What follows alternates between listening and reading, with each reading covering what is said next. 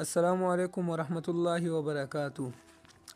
آج ہم ایک بہت اہم مسئلہ بیان کریں گے جو نماز کے متعلق ہے، اور وہ یہ ہے کہ لوگ مسجد میں دیر سے آتے ہیں اور جب دیکھتے ہیں کہ امام رکوع میں ہے تو سیدھا رکوع میں چلے جاتے ہیں، نہ کھڑے ہوتے ہیں، نہ صحیح طریقے سے تکبیر کہتے ہیں، اور یہ سمجھتے ہیں کہ انہوں نے رکعت پا لی۔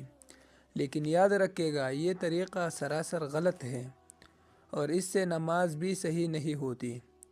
سب سے پہلے بات یہ سمجھ لے کہ نماز کا پہلا فرض قیام یعنی کھڑے ہو کر نماز شروع کرنا ہے۔ اگر آدمی کھڑا ہو سکتا ہے تو اسے کھڑے ہو کر ہی تکبیر تحریمہ کا کہنا ضروری ہے، کیونکہ نبی علیہ الصلوۃ والسلام نے فرمایا صلی قائما، نماز کھڑے ہو کر پڑھو۔ صحیح بخاری۔